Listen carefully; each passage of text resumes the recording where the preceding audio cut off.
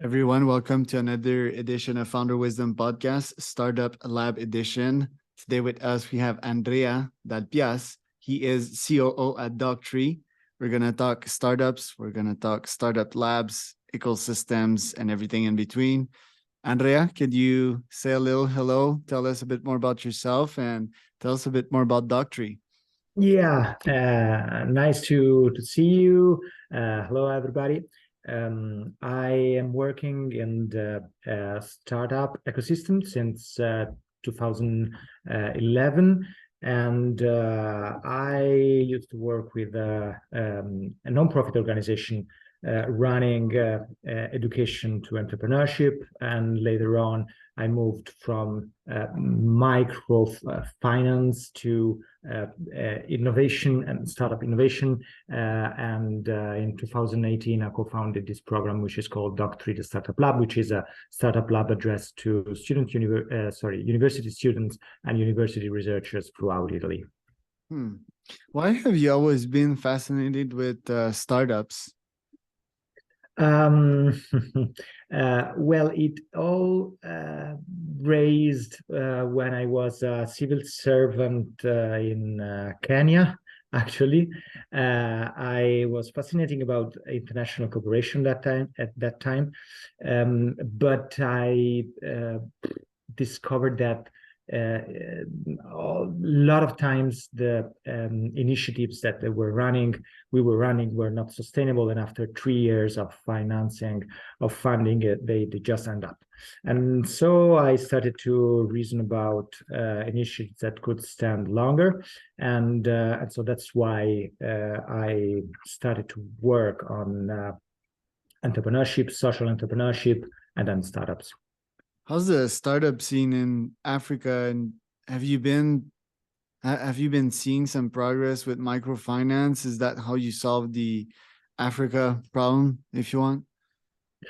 I was working in that industry before, of the microfinance and microcredit, and actually it's something which is inside the structure of a lot of African countries.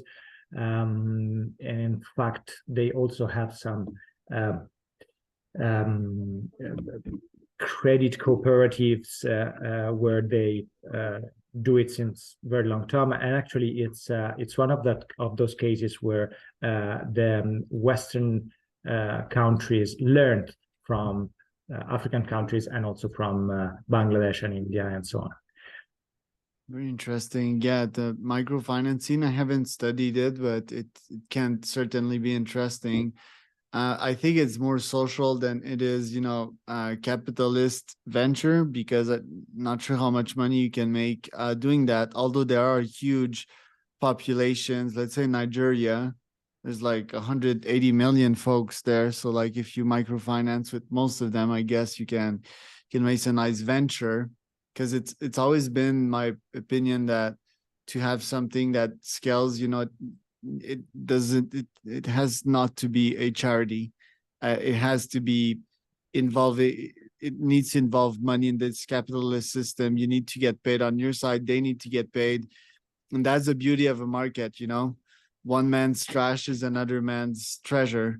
So and that gives the space to all actors, poor ones, rich ones, new ones, existing ones. What's your opinion on that? Yeah, it's a very broad argument, but I think that in those cases, the great opportunity is the fact that a lot of times there is a lacking of just very little initial money that can allow someone to start their own little activity with no ambition of becoming a great startup. It's just a micro enterprise. But with this initial credit, they can really make the difference compared to having no money and having to borrow if to just do their daily work. Yeah, I guess there's always an equilibrium, because the other camp is like, do not loan people money because debt is bad. I guess there's always an equilibrium between, yes, take some loans, but engineer financially these investments and this energy, because in the end money is energy, um wisely, I would say. Because if you yeah if you invest it, if you need that money today and you invest it in today in something that's going to yield 2x tomorrow, then why not?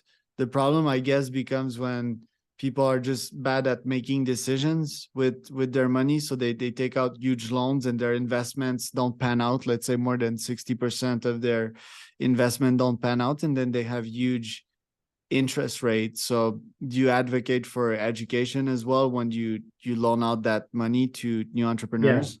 yeah, and in fact, this is the issue with microfinance, which is not just giving credit, giving loans, but it's also about giving education. And in fact, I was dealing mostly about education more than credit. Love it. So you took that background, and me, one interesting other experience that I see here on your LinkedIn is a startup bootcamp for food tech. Yeah. Um, why did you get into this, and what have you seen trending lately in food tech? Why? Because that was the main passage from micro enterprises, micro entrepreneurs to startups, and I was fascinating about innovation and innovation-driven enterprises. So we started already to do something about teaching about business model and not only business plans, for example. But with that phase, I had the opportunity to jump into the startup ecosystem. Food tech, that was of course, because in Italy we are particularly sensitive in terms of food, and there's definitely a added value in Italy. And so that's why we started to run this program of food tech. And about the trend, one of the startup we have followed in that year, it was 2008, 17 and 18, was actually a startup that now is quite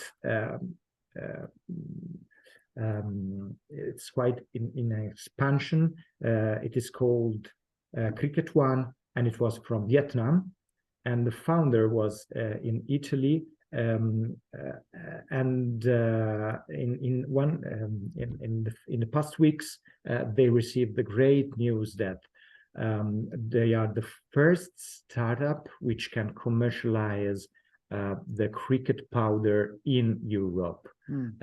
So that's because you were asking me about trends, and so new foods is definitely one of that, and new proteins, finding new ways of solve problem of also sustainability in terms of production of food. Very interesting. Like where I am today in Oaxaca, Mexico, that's very trendy crickets. They eat them whole, and they're actually very delicious. At first you're grossed out. Like I was, oh my god, this is disgusting. But then you get to really love them. They're really delicious. Actually, I'm gonna eat some today. They're full of protein and they're abundant. It's like these things are like, yeah, they're eating whole fields. So yeah, like I mean, cool opportunity. And also regarding my last question, I guess Italy is known for a couple of things, very important things, especially on in the international field, or obvious things: food, clothing, and cars, right? So I guess the food tech scene can be great there. Have we seen some meatless startups pop out of Italy lately? What have we seen other than crickets in Italy?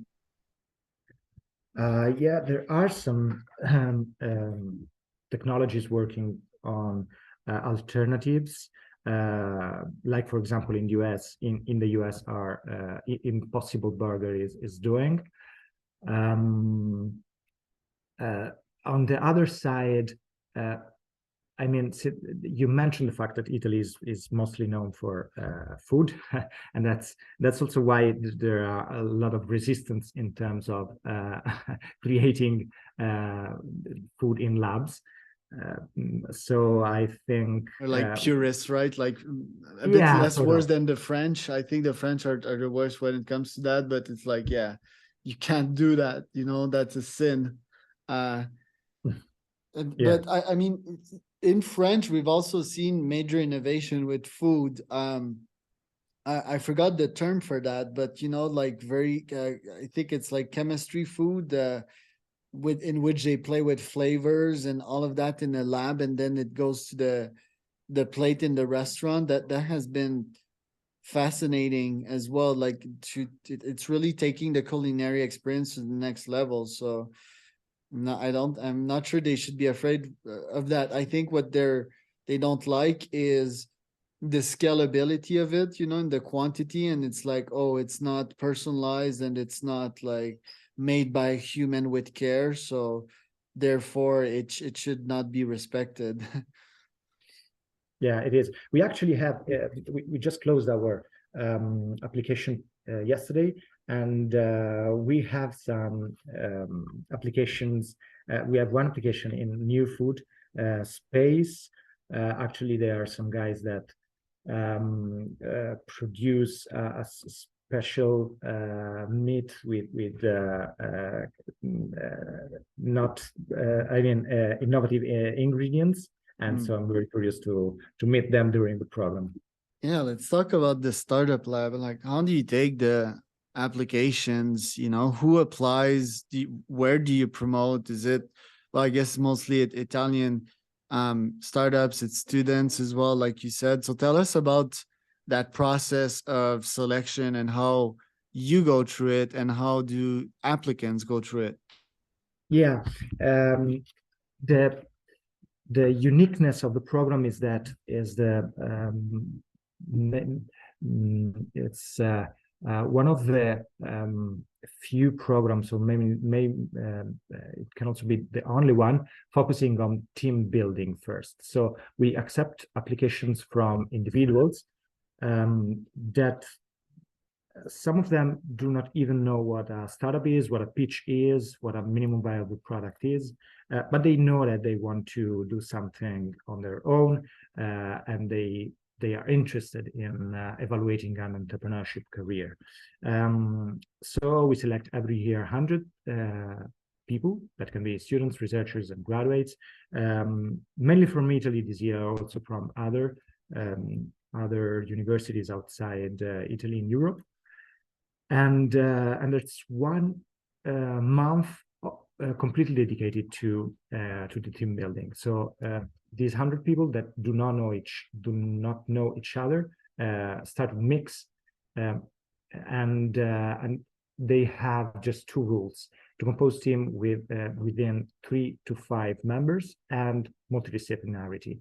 Multidisciplinarity is a key factor of our program, because we ask them not to be only, for example, engineers or only economists, but we want teams to be mixed. Later on, they will understand how important it is to be mixed and how important is the team building, because a lot of time students at the very beginning just want to say, okay, I have this idea, I want to present in front of investor, I'm sure it will work. But later on, they want to understand that it's not so easy, and also the team takes a very key part. After this after this 1 month of team building, they'll start to validate the idea, and they'll do it together with some mentors. We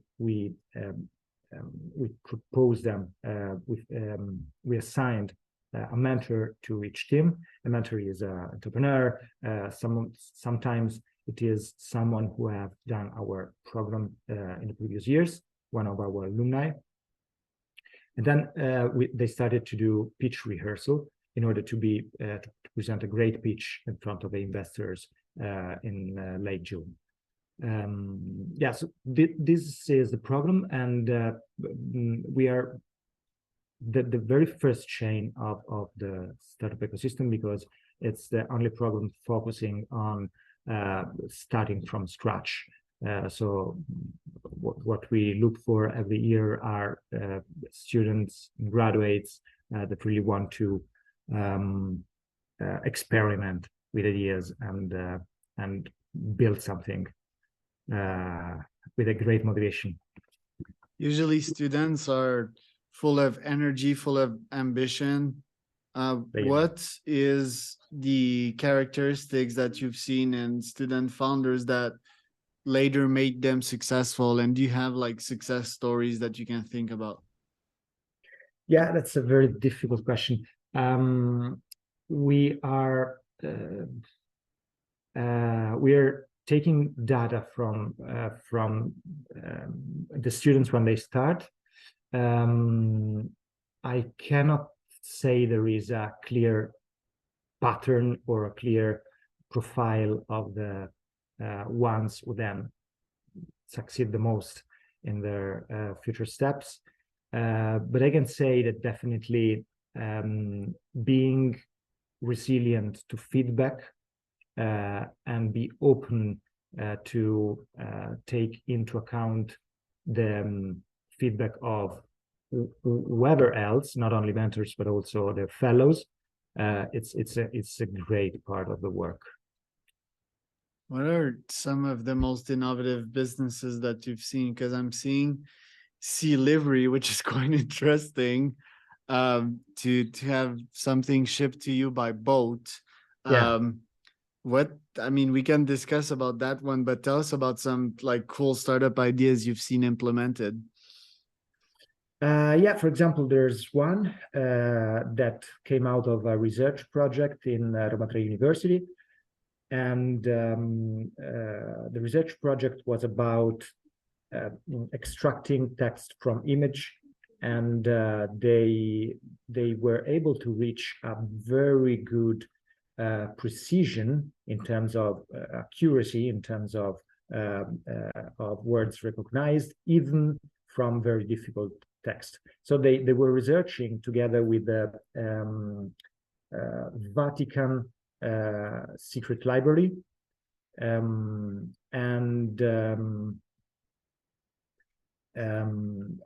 sorry, the Vatican archive, and so they experiment with it, and this group of researchers presented their results to Google. They flew to California to present it, and also a troupe of video makers came here in the university to know more about it.